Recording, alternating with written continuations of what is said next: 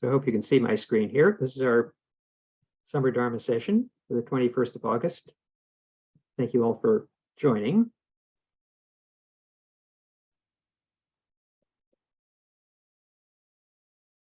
Sorry, I got to stop the share. I've got a technical issue.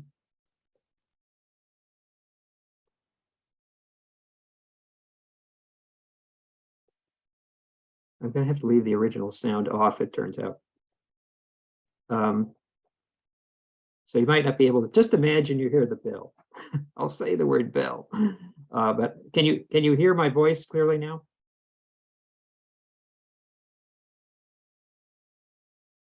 I'll assume no responses. You can hear me. All right, so let me go back to screen sharing. Okay, thank you. I'm going to leave the sound the way it is right now. And we'll go back to screen sharing. And to begin, we'll have chanting. We'll chant Jusei, which is our when we chant quite a bit.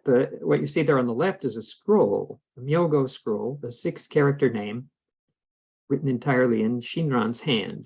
So this is a treasure that fortunately has survived. You can kind of keep that in mind as we chant.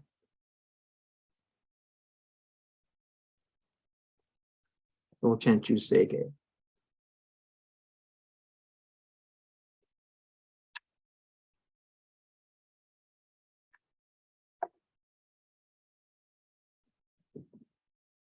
Gagon shosegan ishimu jodo shigan fumanzo sei fujo shogan gao muryoko ui dai seshu Usai sho bingu sei fujo shogan gashi jo butsudo myosho cho jippo fukyo mi shomon sei fujo shogan ryokujin shonen Joe Shubon Yo Shigumu Jodo Isho Tenin Shi Jinrikien Daiko Usho Musaido Shoujo San Kumyo Kosai Shuyakudan Kaihi Chi again Meshi Kon Moan Te Sokusho Akudo Sudatsu Zen Shumon Koso Jomanzo Iyoro Jippo Ichigatsu Shujuki Tenkoan Fugen Ishu Kai Hozo Koseku Dokuho Jo Dai Shuchu Seppo Shishiku Kuyo Isai Boots Gusoku Shutoku Hon Ganne Shitsujo Man Tokui Sangayo Nyobutsumu Gechi Sudatsumi Fusho Gangaku Eri Toshi Saisho Son Shiganya Koka Daisen no Kando Toku Shotenin Tochin Yo Te namandabu,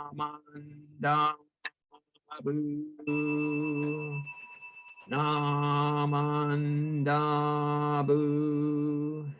namandabu, namandabu, namandabu, namandabu.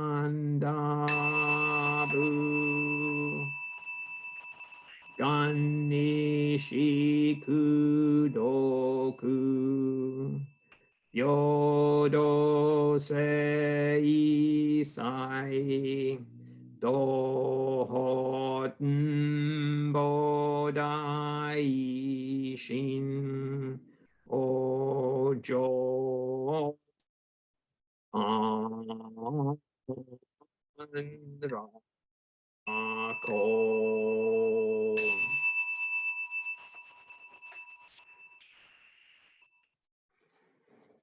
Namo Amidabutsu, Namo Amidabutsu, Namo Amidabutsu, Namandabutsu, Namandabutsu.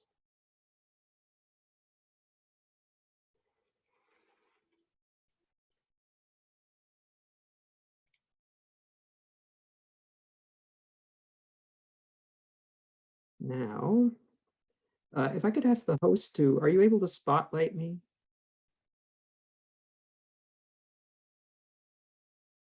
If possible. There, that might work. Yes, okay. Let's go with it like that. So today, here's our topic, gates and vehicles. The words have a special meaning in the context of Buddhism. And today, I hope that your takeaway will be a better appreciation of these terms.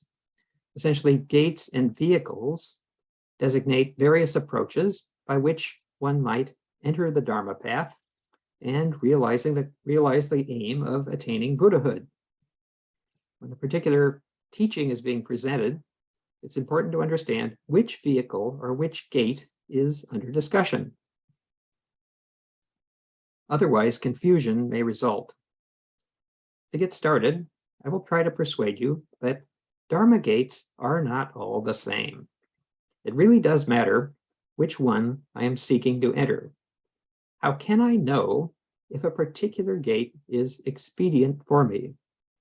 Let's compare two Dharma gates that are prominent in Japanese Buddhism, the gate of Zen and the gate of Pure Land.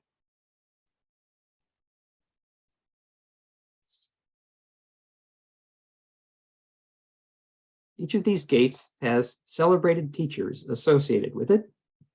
Two of the best known lived 800 years ago. They are Soto Zen teacher Dogen and Pure Land teacher Shinran. Dogen and Shinran were contemporaries, but there is no record of their having met. Each of them established an important new direction in Japanese Buddhism, probably without awareness of what the other was teaching.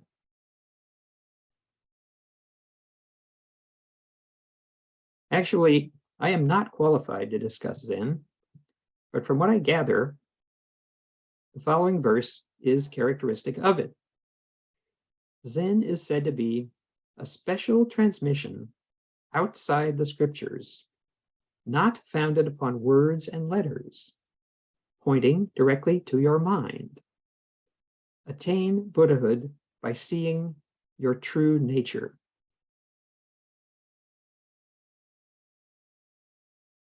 Think about how unusual this approach is, considered from a Western or rational perspective. Conventionally, we expect that teachings are transmitted through words, well, as I'm attempting to do here. But Zen asserts that the Dharma is ultimately transmitted without scriptures, without words. It is a transmission that points directly to your mind in a manner that I cannot verbalize. There's a famous story you might recall. Once the Buddha shared the Dharma with his disciple by simply holding up a flower and smiling. He did not use any words to give that message. Perhaps the wordless Dharma gate is expedient for you. My own ability to enter it is doubtful, to say the least. Zen has the following formula: Ken Sho Jo Butsu. To attain Buddhahood through seeing your true nature. Ken Sho is the realization that you are Buddha nature, and simultaneously that all beings are Buddha nature, as Reverend Turner discussed 2 weeks ago. Ken Sho is realized through a transmission that points directly to your mind, a transmission not founded upon words. But here I'm using words to describe Ken Sho. I am in trouble already. So let's consider a different Dharma gate, the gate of Pure Land. I've mentioned the Zen formula, Ken Sho Jo Butsu. In Pure Land Buddhism, there is the analogous formula, Nenbutsu Jo Butsu, to attain Buddhahood through Nembutsu. Nenbutsu means to think on all Buddhas, or to hear and reflect on Namo Amidabutsu. In entering the Dharma gate of Pure Land, the use of words and scriptures is affirmed. Buddhahood is attained by hearing Namo Amidabutsu and appreciating its meaning as contained in the scriptures. In Shinran's Buddhism, words and scriptures are expedient means that point to the Dharma, or limitless reality. To hear the meaning of Namo Amidabutsu is awakening to your true self, which is the Dharma self. Receiving this awareness is called Shinjin, which parallels the Zen realization of Ken Sho, or seeing your true nature. Both of these, Ken Sho and Shinjin, are the true starting point of the Buddhist life of awakening. I hope this demonstrates to you that Dogen's Zen and Shinran's Pure Land are different in their approaches, although it seems to me that they are identical in what they regard as life's true ending, the attainment of Buddhahood. Zen and Pure Land are pointing to the same reality, the true self, but the methods they use are quite distinct. They are separate gates to the Dharma. We will move now to a discussion of vehicles. In my view, a vehicle resembles a Dharma gate, but it's a broader way to characterize Buddhist traditions. A vehicle, so defined, encompasses many Dharma gates that share the same final attainment. However, in comparing vehicles, we see different understandings of final attainment or Buddhahood. Vehicles are distinct in both their methods and their aims.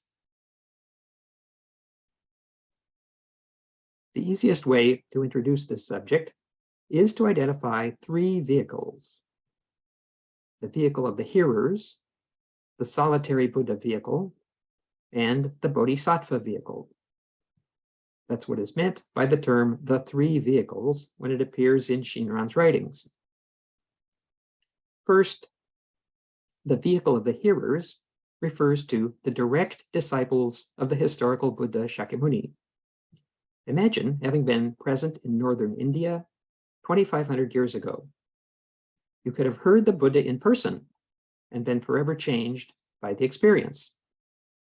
It would seem that this vehicle became inaccessible long ago, but some may consider it to be available even now. Within the vehicle of the hearers, the stages of the path involve successive elimination of all blind passions and the complete emptying of the self, at which point one becomes an honored one, or arhat. The path concludes there. Second, there is the solitary Buddha vehicle, where one attains awakening without a teacher and without a sangha. It is equivalent to the path of Shakyamuni himself, up to and including his initial attainment of nirvana. The difficulty of our repeating this path appears insurmountable, but some may consider this vehicle to be open to them. The solitary Buddha is one who acknowledges no teacher and who attracts no students. The Dharma path is purely an individual matter. Third, there is the Bodhisattva Vehicle, the one that we talk about often in the BCA. Eventually, it came to be known as Mahayana, or the Big Vehicle. A Bodhisattva is one who possesses bodhicitta, the mind that aims to awaken wisdom and compassion for the benefit of all beings. Recall the awakening experience of the historical Buddha, Shakyamuni. For some days or weeks, after his initial attainment of nirvana, he remained sitting near the Bodhi tree, enjoying his hard-won freedom as a solitary Buddha. But finally, something inspired Shakyamuni to stand up. He was transformed from a solitary Buddha to a Bodhisattva. Now, having boarded the Bodhisattva vehicle, Shakyamuni shared the content of his awakening experience with all who would listen. His example shows us that the Dharma path cannot end with becoming an arhat or a solitary Buddha. From the standpoint of Mahayana, a Buddha must become a Bodhisattva. Within the Bodhisattva vehicle, or Mahayana, there are many Dharma gates, such as Zen, Pure Land, Shingon, and Tendai. Conventionally, Shinran's Dharma path is categorized that way too, but he sees the matter differently, which I will explain shortly.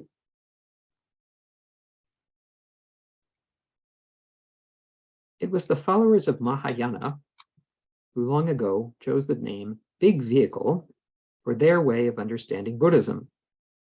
When Mahayanists use the term the two vehicles, they are referring to the other two that I just mentioned, namely the hearers and the solitary Buddhas. These they lump together under the term small vehicle, or Hinayana. I think we can say that the big vehicle and the small vehicle represent different understandings of final attainment or Buddhahood. Historically, the term small vehicle has been used in a disparaging sense. However, when I use it, I am not referring to or disparaging any particular Buddhist tradition or group of followers. By small vehicle, I am referring to an understanding of Buddhahood that each of us may possess at one time or another. I would like to think of myself as a big vehicle follower, like Dogen and Shinran. But just as often, I find myself aspiring for small vehicle Buddhahood. Essentially, it's a spiritual obstacle or trap that teachers are urging us to get out of. It is the trap of aspiring for individual attainment. It is the trap of pursuing spiritual self-negation or nihilism. Luckily for me, the larger sutra implies that small vehicle followers too can eventually arrive in Amida's Pure Land.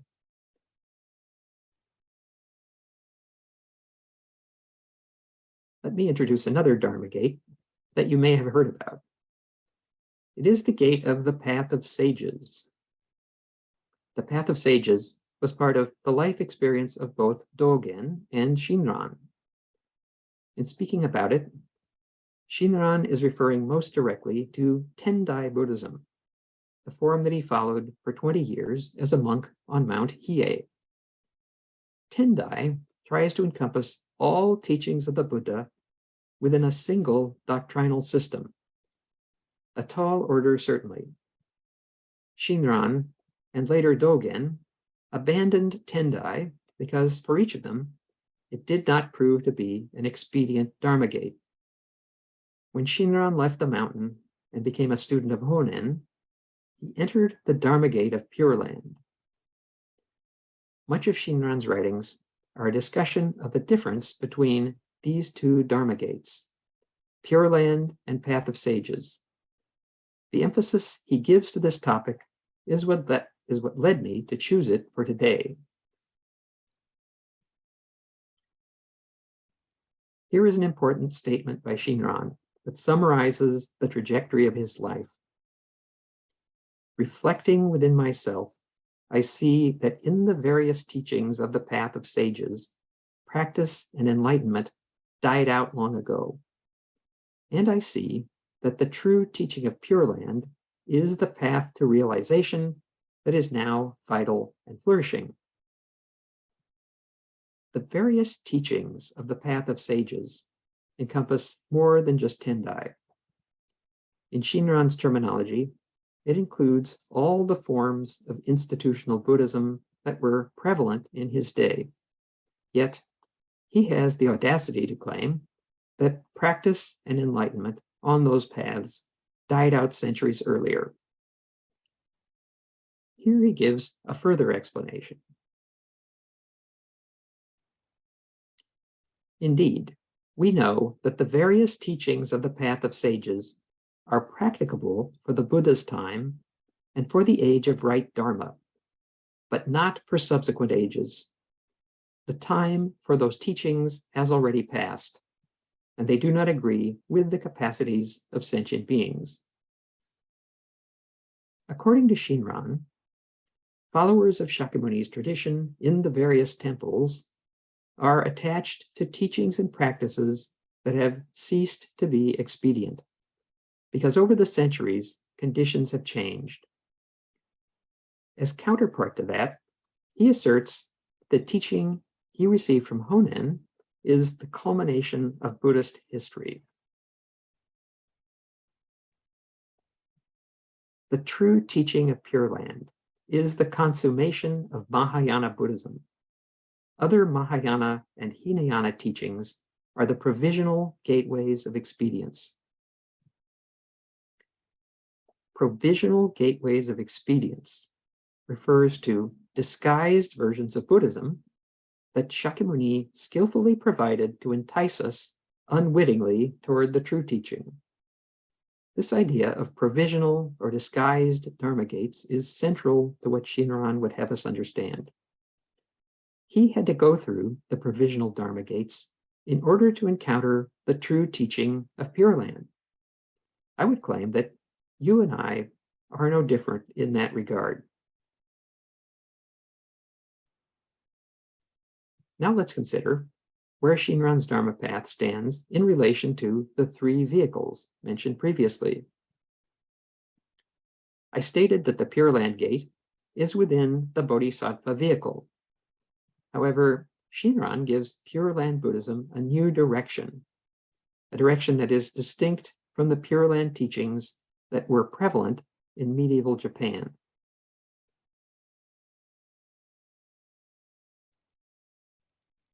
Traditionally, Amida Buddha was presented as a divine savior, and Amida's Pure Land was conceived of as an afterworld, into which followers could be reborn by chanting Amida's name at the moment of death.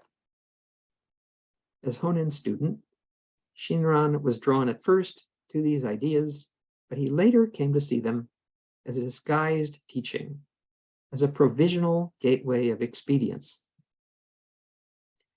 As for the divine savior and the afterworld, Shinran left those ideas behind within the three vehicles.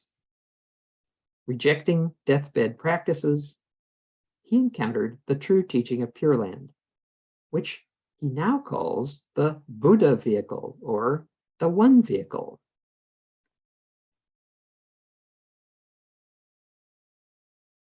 In the term Ocean of One Vehicle refers to the Great Vehicle. The Great Vehicle is the Buddha Vehicle. To realize the One Vehicle is to realize the highest perfect enlightenment. For Shinran, the One Vehicle refers to Amida's vow, which we call Hongan. The term one vehicle is also used in Tendai Buddhism, and Shinran would have been familiar with it from his years as a monk. But he repurposes the term as a Pure Land teaching. I will next share some passages for your reflection. Here is the first one.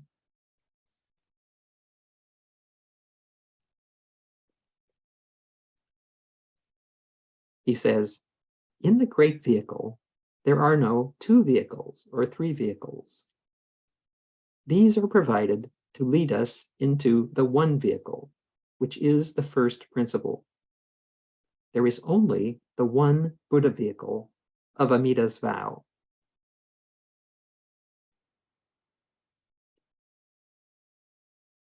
The next passage, he says, Shandao states, there are gateways numbering 84,000 and more. Gateways refers to the 84,000 provisional gates.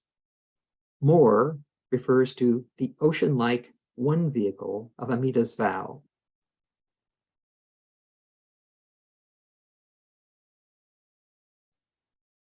And then the third passage. Know that the great supreme benefit is the true and real benefit of the one vehicle, surpassing the small benefit of the 84,000 provisional gates. For Shinran, the 84,000 Dharma gates of the three vehicles are all provisional gateways of expedience. They are disguised versions of Buddhism that are provided to entice us toward the true teaching. Finally, in his discussion of the one vehicle, Shinran quotes this passage from the Nirvana Sutra. Shakyamuni states, the one vehicle is called Buddha nature. For this reason, I teach that all sentient beings have Buddha nature. All sentient beings, without exception, possess the one vehicle. Because it is covered over by their ignorance, they are unable to see it. Here, we seem to have come full circle. Shinran's understanding of the one Buddha vehicle might be seen as intersecting with Dogen's understanding of Buddha nature.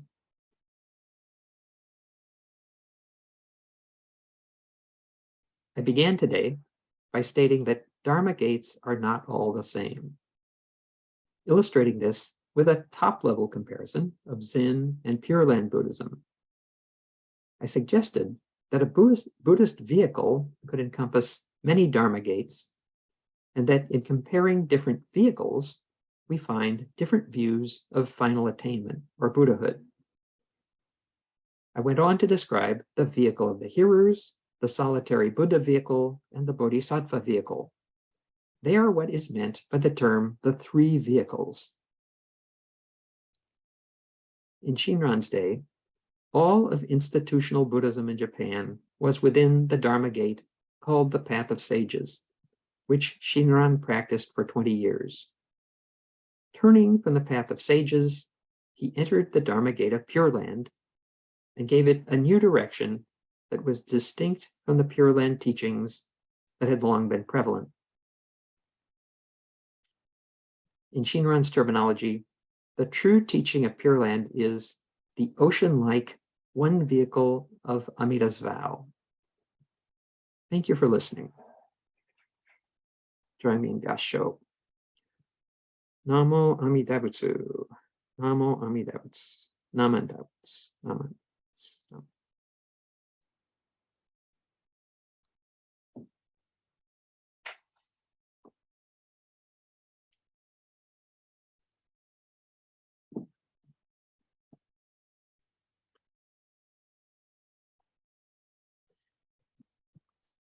Well, I hope you'll have some thoughts and comments, perhaps brought on by what I've been sharing today.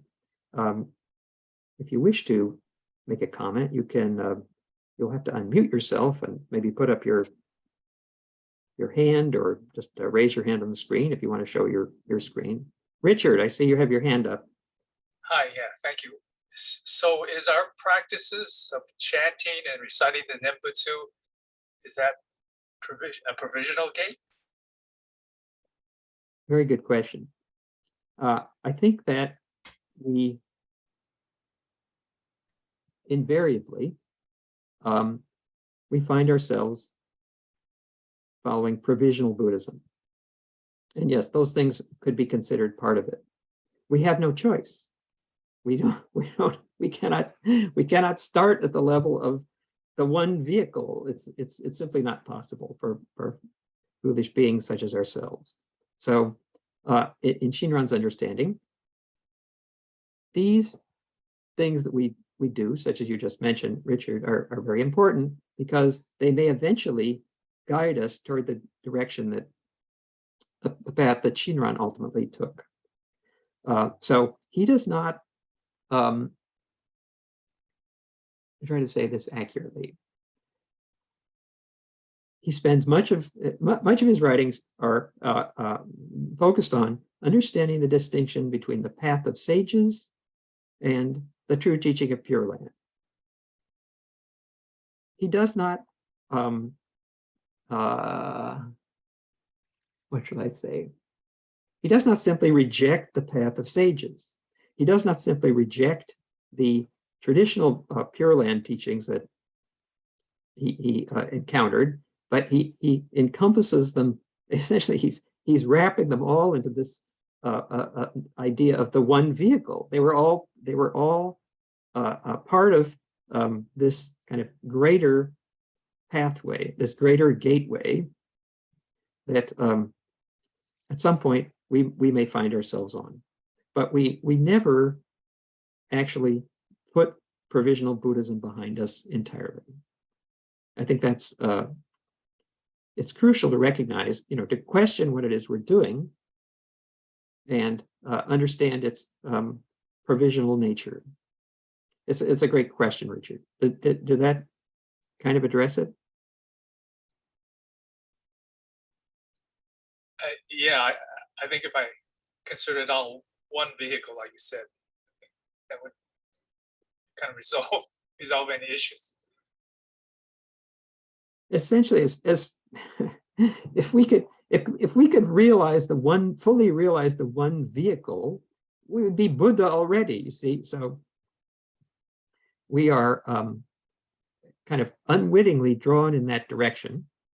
That's sort of the meaning of, it's kind of the distinction between what we call self-power and other power. In other words, we employ our self-power understandings to enter provisional Dharma gates. And I feel we have no choice but to do so. But somehow, something else is happening to us. Something is acting on us that we begin to understand the provisional nature of what we're doing. And I think that has much to do with Shin Buddhist awakening. Very good question. Thank you. I didn't use, in this presentation, I used relatively few Japanese terms, and I used terms that reflect English language choices that I prefer. You notice I never said the word Jodo Shinshu. Jodo Shinshu. I rendered this in English as true teaching of Pure Land. Jodo Shinshu is, I think when many people hear that term, they assume that it refers to a sect of Japanese Buddhism, or perhaps it refers to the BCA. It doesn't have those meanings in Shinran's term, in Shinran's understanding. It is essentially, it's a Jodo is Pure Land, and Shinshu could be translated as true teaching. It refers to this. It refers to the ocean-like one vehicle of Amida's vow. So I'm a little sparse nowadays in my use of the words Jodo Shinshu, unless I say that that's what I mean by it.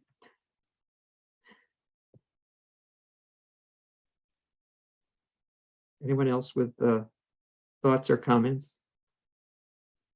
How about in regard to Zen? I apologize to Zenists because I'm sure I've given a very superficial explanation. A special transmission outside the scripture. This is their saying. I didn't make this up. A special transmission outside the scriptures, not founded upon words and letters, pointing directly to your mind. Attain Buddhahood by seeing your true nature. Anyone there been a Zen practitioner? Can you elaborate on or correct what I've said?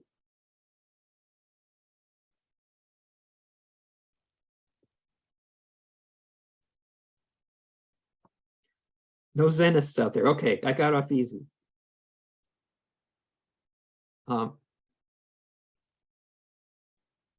Another thing I mentioned was, Dogen and Shinran. It's remarkable that these two pivotal figures in Japanese Buddhism were contemporaries. They could have met, but there's no record of that happening.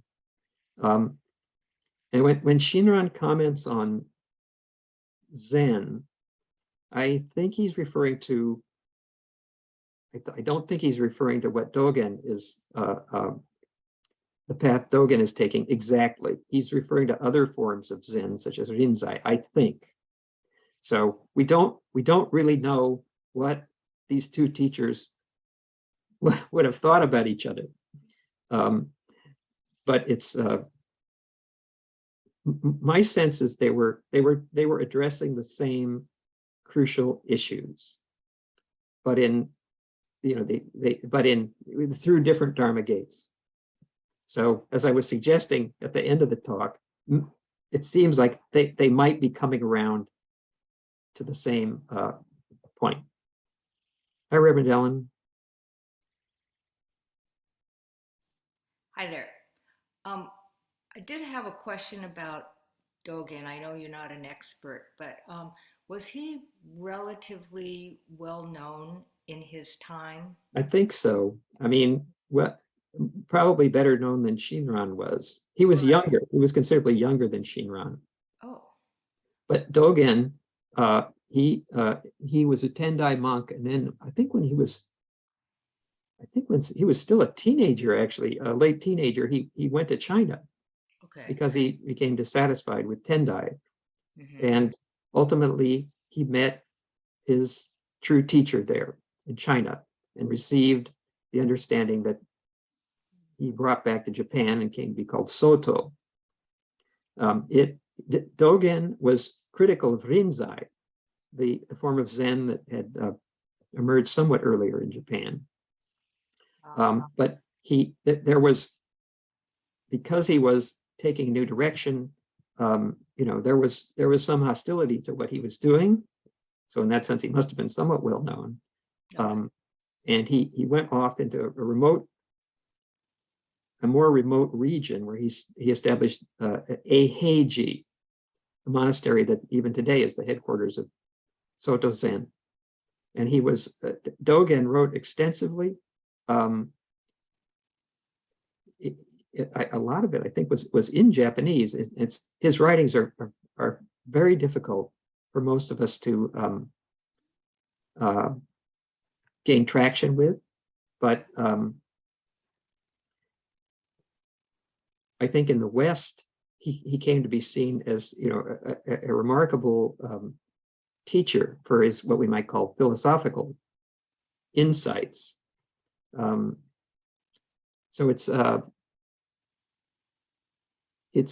we cannot say that Shinran would have dismissed what Dogen is doing. I don't think that is the history doesn't quite match up in that manner. And I would argue that they fundamentally they have a great deal in common. Right. I think that was Shinru Suzuki or DT Suzuki's position, that they were very similar. I mean, wasn't DT Suzuki the one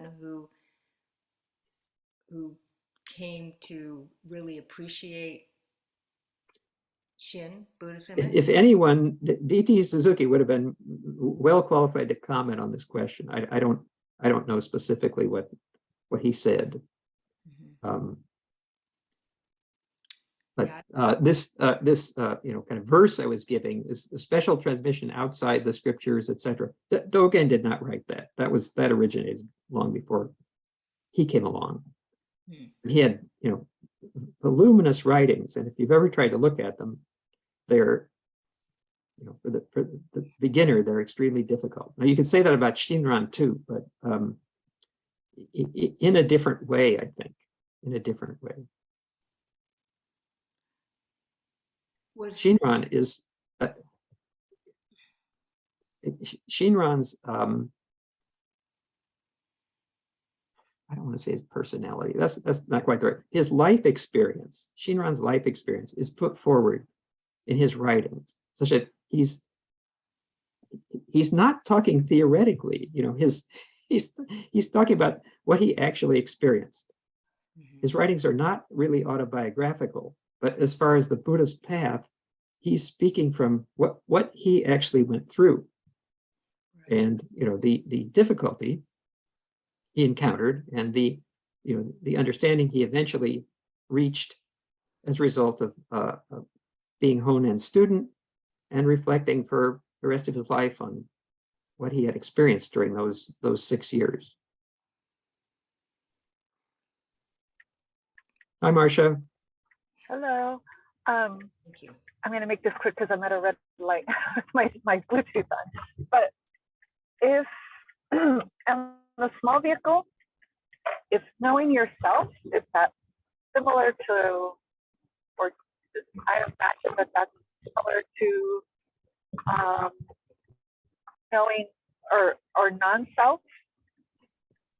And then Yes. Isn't that the same as what we would practice like in meditation?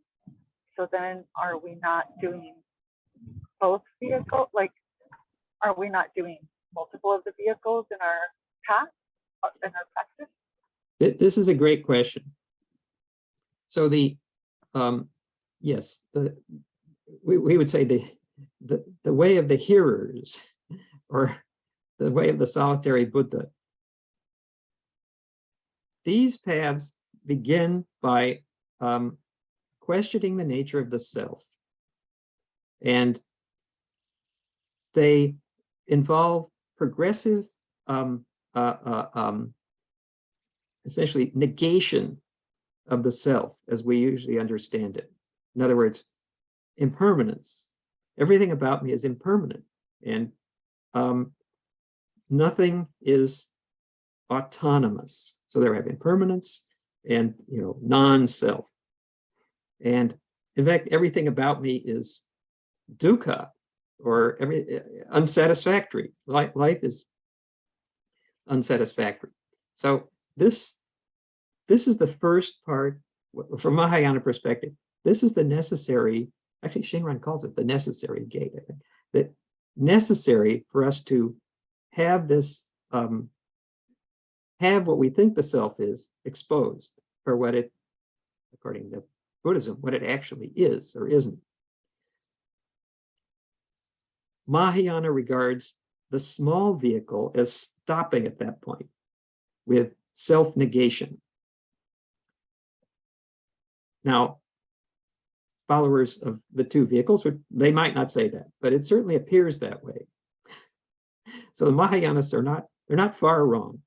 But then this is the stage at which Shakyamuni was sitting near the Bodhi tree, enjoying his freedom. If he'd stayed there, there would have been no Mahayana Buddhism. There could have still been the small vehicle Buddhism, but there would have been no Mahayana. So Mahayana perspective is something made him stand up, because he realized that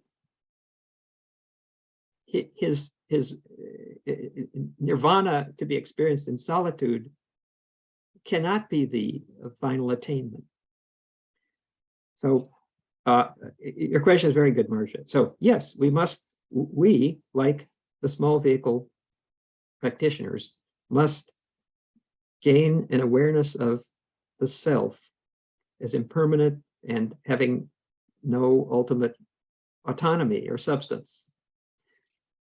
But we then the Mahayana realization has to do more with seeing that the self being emptied is actually filled with everything. In other words, it's filled with everything that is sustaining our lives, our physical lives, and our thought processes.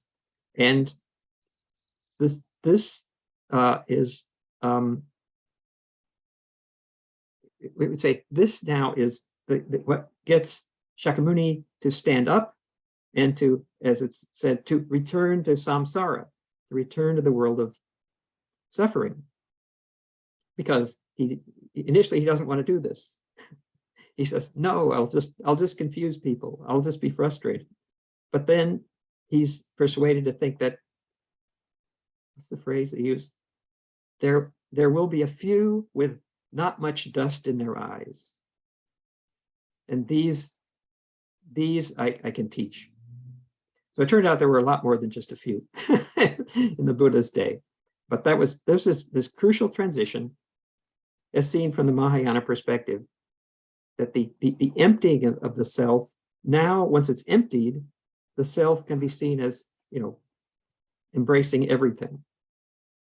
I hope that addressed your question. It's a very good one.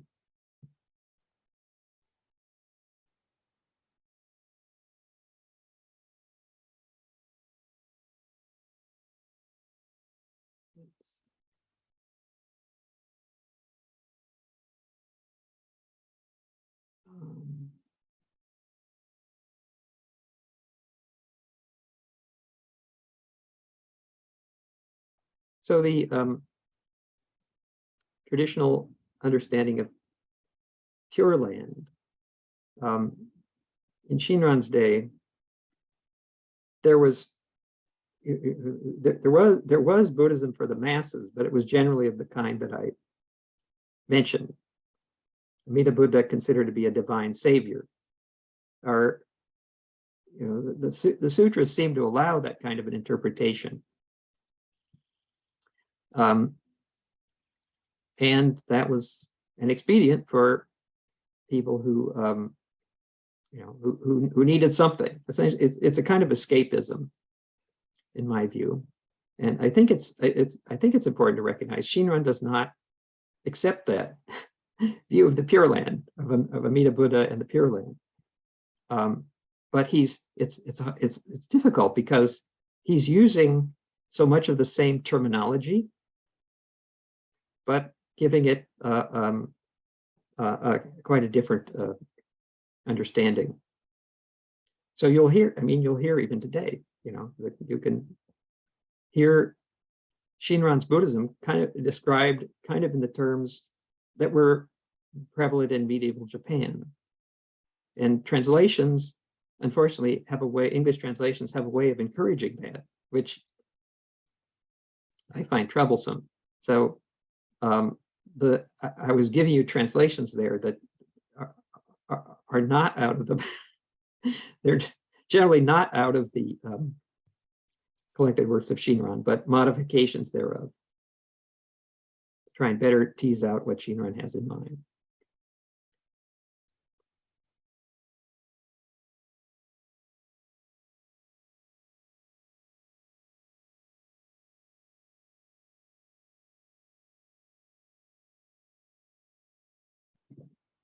Then there's anybody else have a comment at this moment?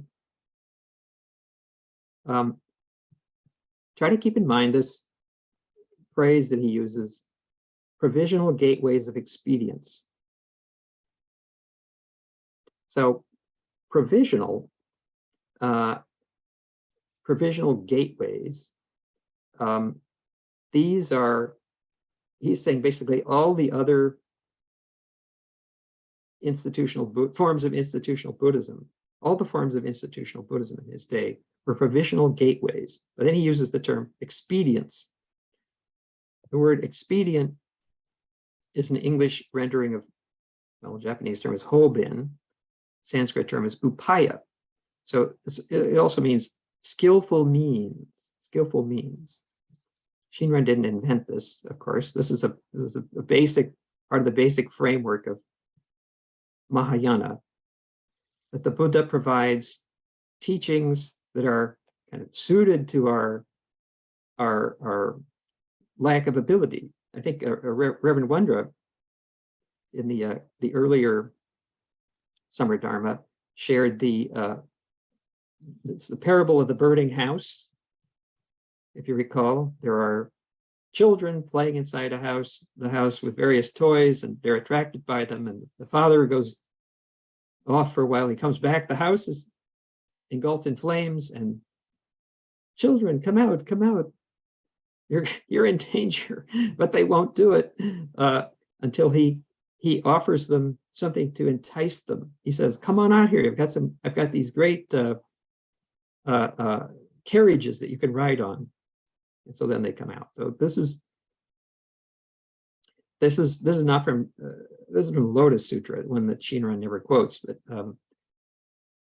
he very much relies on this idea that there are gateways that are expedient for us, provisional gateways of expedience. So the one, for example, what Richard's question had to do with that, the things that we do in the BCA, I believe should be considered in that manner, as well as things that, what we might call a small vehicle practices, those kind of things for getting us to question the nature of the self. So these things they're not simply rejected. They're not just like rejected as, heresies, whatever. They're accepted, but in this, they're given I think a deeper understanding.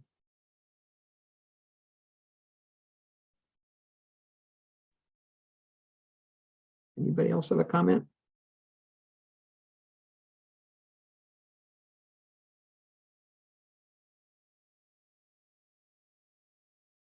Well, if not, let me remind you that this session is being recorded, and it's going to appear on the OCBC YouTube channel.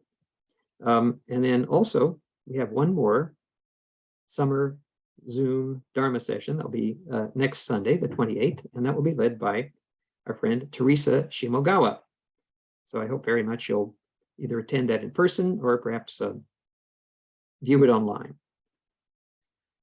So let's conclude, if we could. If you join me with in Gasho. Namo Amida Butsu. Namo Amida Butsu. Namo Amida Butsu. Namo Amida Butsu.